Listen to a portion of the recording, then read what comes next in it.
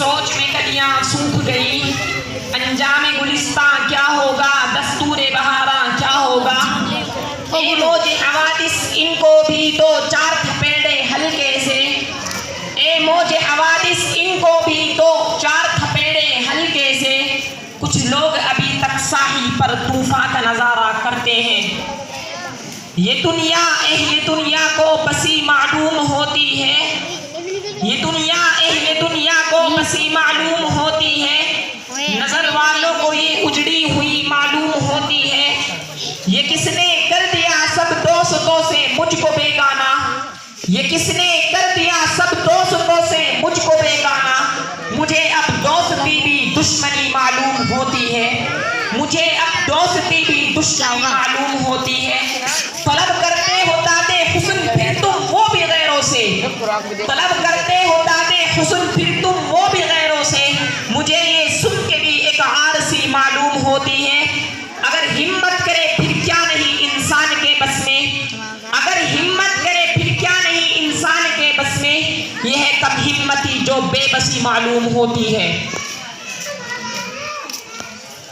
उड़ाए कुछ वरक लाला ने कुछ बुलबुल ने कुछ गुल ने, उड़ाए कुछ वरक लाला ने कुछ बुलबुल ने कुछ गुल ने। चमन में हर तरफ बिखरी हुई है दास्तां मेरी। मोहतरम दोस्तों, सामीन किराम और बुजुर्गों, dear students, today it's 77 Independence Day and in Hindi स्वतंत्रता दिवस, in Urdu यौम आज़ादी and we are proud of our country। आज इंडिपेंडेंस डे है, आप सभी को मालूम है। इंडिपेंडेंस डे इसको हम हिंदी के अंदर स्वतंत्रता दिवस कहते हैं और इसको उर्दू के अंदर हम यौम आज़ादी कहते हैं। दोस्तों, आज का दिन बड़ी अहमियत का हामिल दिन है और आज ही के दिन को कौमी यादगार के तौर पर सेलिब्रेट किया जा रहा है। ये एक कौमी दिन है और आज ही के दिन हिंदुस्तान के गोशे गोशे में मुख्तलिफ तंजीमों, इदारों, स्कूलों और कॉलेजों और मदरसों में बड़ी धूमधाम से, गैर मामूली धूमधाम से जश्न आज़ादी मनाई जा रही है। आज ही के दिन स्कूलों, कॉलेजों, मदरसों में जश्न आज़ादी जो हमारी 77वां जश्न आज़ादी है, 77वां 77 इंडिपेंडेंस डे, तो इसको हम सेलिब्रेट कर रहे हैं। और आज ही के दिन गुलाम हिंदुस्तान की दास्तां और आज़ादी की तारीख बयान की जा रही है और मुजाहिदीन आज़ादी को खिराज तहसीन पेश किया जा रहा है। तो ऐसे वक्त में एक तरफ तो हमें अपने उन असलाफ की कुर्बानियां याद आती हैं जो याराने बासफाते, शहीदाने इश्क़ो वफाते, वालिदाने बिलाल थे और सराफ़िले आज़ादी थे, जिन्होंने हर मोड़ पर बातिल का मुकाबला किया। जब भी बातिल ने हक को चैलेंज किया तो उन्होंने उनके चैलेंज को कबूल किया और पूरी बेखौफी से बातिल का मुकाबला किया। उन्होंने अपनी जानें तो गंवा दी मगर बातिल के सामने कभी पीठ नहीं दिखाई। उन्होंने अपनी सर तो कटा दिए, उन्होंने अपने सर तो कटा दिए मगर परचमे इस्लाम को कभी सरनिगो नहीं होने दिया। जब जल्लाद तलवार चमकाता हुआ उनकी तरफ आगे बढ़ा तो उन्होंने मुस्कुराकर नजरों से नजरें मिलाई और ये कहते हुए अपना सर तलवार के नीचे रख दिया, फलस्तु उबाली हिन उक्तल मुस्लिमा अला अई शक्किन काना फिल्लाहि मसरई। यानी खुशा वक्त है कि मेरी मौत तेरे कूचे में आ जाए, खुशा वक्त है कि मेरी मौत तेरे कूचे में आ जाए, यही तो जिंदगी का आखिरी अरमान है साथी। तो एक तरफ तो हमें अपने उन असलाफ की कुर्बानियां जब याद आती हैं तो दुआए मग़फ़िरत के लिए हाथ खुद ब खुद उठ जाते हैं। तो दूसरी तरफ जब हमारे सामने हिंदुस्तान के मुसलमानों के दर्दनाक और जुल्म और सितम के रूदात सामने आती है तो खून के आंसू निकल पड़ते हैं और दिल से एक आह निकलती है कि अगर हमारे असलाफ व अकाबिर को इसका तसव्वुर भी होता, अगर हमारे असलाफ व अकाबिर को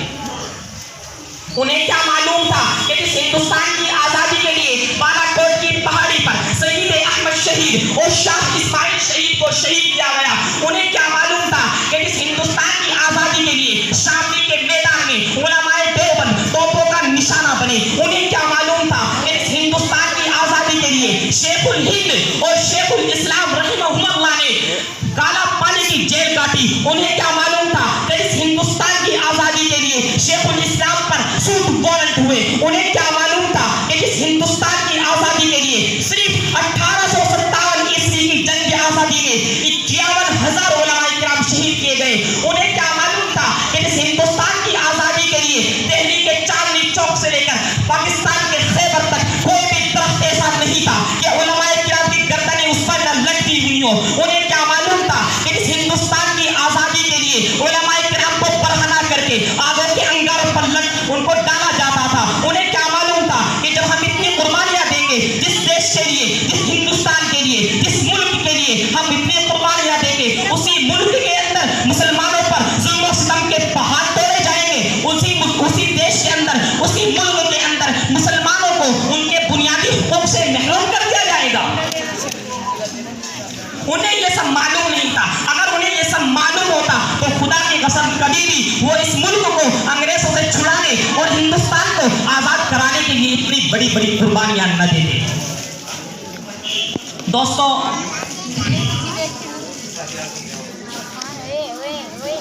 आप सभी को मालूम है कि हमारे मुल्क को आजाद हुए 77 साल हो गए हैं और इस 77 साल दौरे आजादी में अरबाब इख्तिदार ने मुसलमानों के साथ किस तरह के रवैये इख्तियार किए, जुल्म और इस्तिबदाद के कौन कौन से हथियार इस्तेमाल नहीं किए, इसकी एक लंबी दास्तां है। सैकड़ों फसादात हुए हैं, सैकड़ों फसादात की तारीख मेरे सामने है, जिनका तज़किरा करके मेरा कलेजा मुंह को आता है, ज़बानें गुम हो जाती हैं और पांव तले से जमीन खिसक जाती है कि आह ये कैसी आज़ादी थी, हाँ ये कैसी आज़ादी है कि मुसलमानों का जानो माल महफूज नहीं है, मुसलमानों की इज्जत और आबरू पर शब्द मारा जा रहा है, हमारी आबादियों को वीरान किया जा रहा है, हमारे मसाजिदों मकातिब को बुलडोज किया जा रहा है, हमारी खानकाहों और मदारिस पर बुनियाद परस्ती का इल्जाम लगाया जा रहा है, हमारे शायर इस्लाम का मजाक उड़ाया जा रहा है,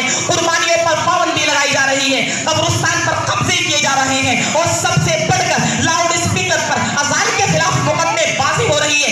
इससे भी एक तरफ और ऊपर बढ़िए, एक नजर और ऊपर डालिए तो हमें देखिए कुरानी दस्तूर और खुदाई कानून मुस्लिम पर्सनल लॉ में तरमीम की कोशिशें की जा रही हैं। क्या यही आजादी है?